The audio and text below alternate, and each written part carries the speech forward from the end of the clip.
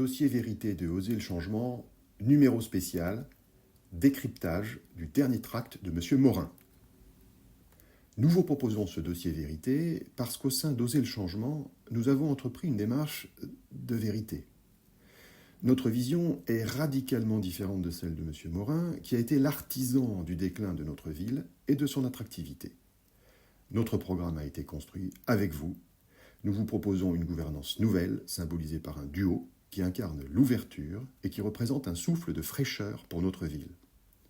Évidemment, nous dénonçons aussi le bilan de M. Morin. Ce n'est pas de l'agressivité, c'est notre responsabilité.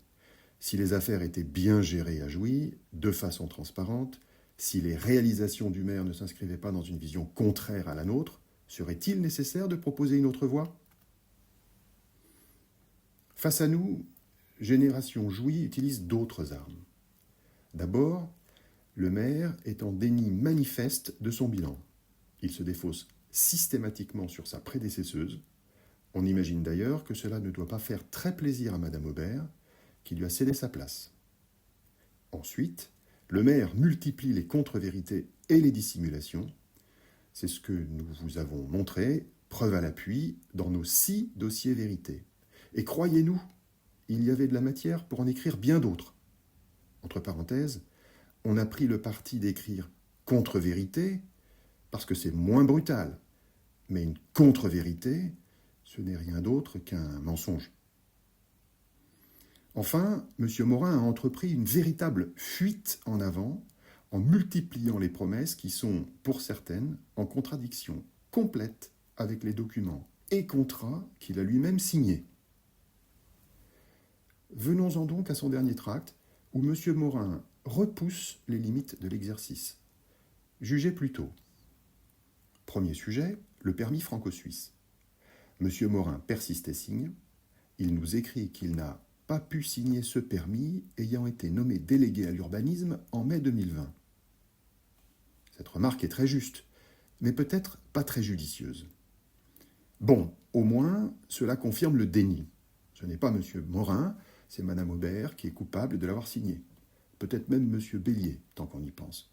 Nul doute que la lecture de ce dernier tract les a comblés d'aise. Mais ce que nous avons écrit, nous, c'est que M. Morin a signé le permis de construire modificatif le 12 mars 2021. C'est quand même un peu le même projet, non ? Du coup, on ne sait plus que penser.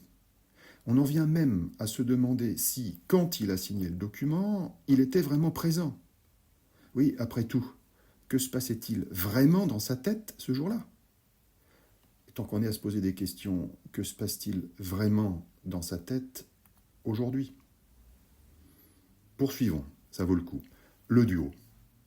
M. Morin a décidément bien du mal à comprendre que l'on puisse réussir à deux, là où il a échoué seul. Pourtant, le duo est un concept déjà en place depuis 2020 et qui a aujourd'hui le vent en poupe. Des dizaines de candidats se présentent en duo. C'est une réponse intelligente, ouverte, moderne, un gage de transparence. Alors oui, il y a officiellement un numéro 1 et un numéro 2. Et alors ? Alors, on a un peu l'impression que le duo, cela terrorise M. Morin, tout simplement.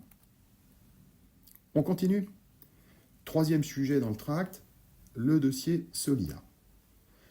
Vraiment, on ne sait pas où M. Morin est allé chercher le bout de phrase qu'il a collé dans son tract, qui est écrit tout petit et qui ne veut rien dire. En revanche, effectivement, on sait que les logements Solia sont destinés à des personnes en insertion. Ce n'est pas nous qui l'avons écrit, c'est écrit partout. Sur le site internet de Solia, d'abord, c'est normal, le logement d'insertion, c'est leur métier. Ensuite, évidemment, sur le contrat de bail locatif à réhabilitation. Il est écrit que Solia sera seul décisionnaire à compter du démarrage du bail, c'est-à-dire le 31 mars 2027. Enfin, c'est écrit dans notre dossier vérité numéro 4, qui s'appuie sur le contrat. Ça, vous le saviez déjà. Si vous êtes joueur ou joueuse, amusez-vous à demander à ChatGPT, qui sait tout, comme chacun sait, la différence entre Solia et un bailleur social traditionnel. Monsieur Morin, si vous écoutez ce podcast, Vous pourriez peut-être le faire aussi, histoire de mieux comprendre ce que vous avez signé. Le seul enseignement de cette énième contre-vérité, c'est que M. Morin persiste et signe dans sa volonté affichée de faire le projet Solia. Au moins, nous savons à quoi nous en tenir. Le 15 mars, vous choisirez. Sujet suivant, les dépenses publiques. Là, vraiment, on ne sait plus si Morin essaie de nous faire rire ou pleurer. Ce qu'on lui reproche, c'est sa gestion. Des décisions irresponsables, irréfléchies, en particulier un dérapage incontrôlé de 2 millions d'euros. Une paille qui a conduit à une hausse de 25% de la taxe foncière. C'est une question sérieuse. Sa réponse ne l'est pas. Il ose écrire « On a eu 19 320 euros de frais judiciaires à cause de l'opposition ».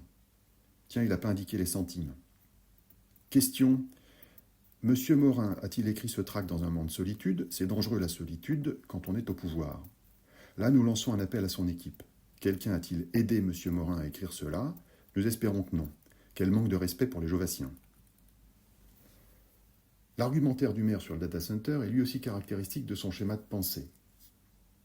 1. Je nie. 2. Je rejette. Ce n'est pas ma faute.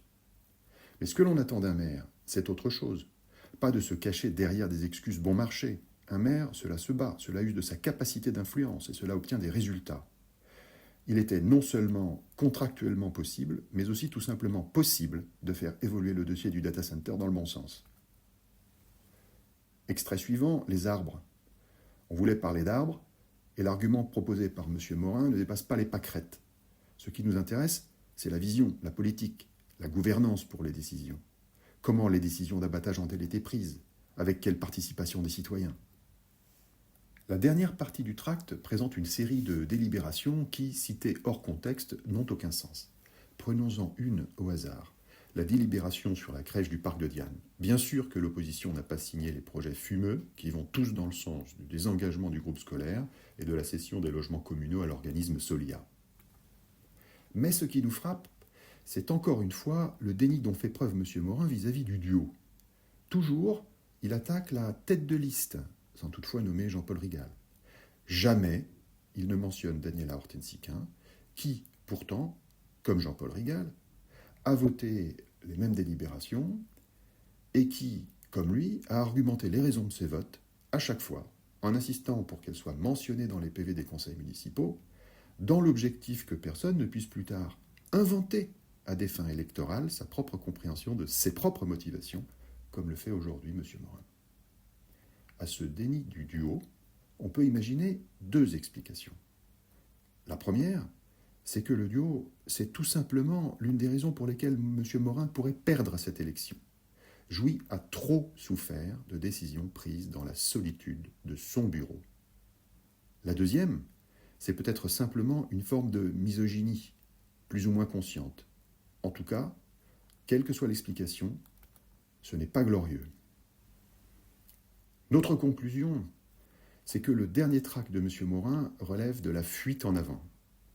Embarrassé par son bilan, acculé et probablement isolé au sein de sa propre équipe, M. Morin propose des arguments qui s'appauvrissent à mesure que la campagne avance et causer le changement apparaît comme une évidence. Pour une gouvernance fraîche et participative, pour une vision nouvelle et une renaissance de l'attractivité, pour un programme sérieux, financé, enthousiasmant. Vraiment, il est temps. Osez le changement.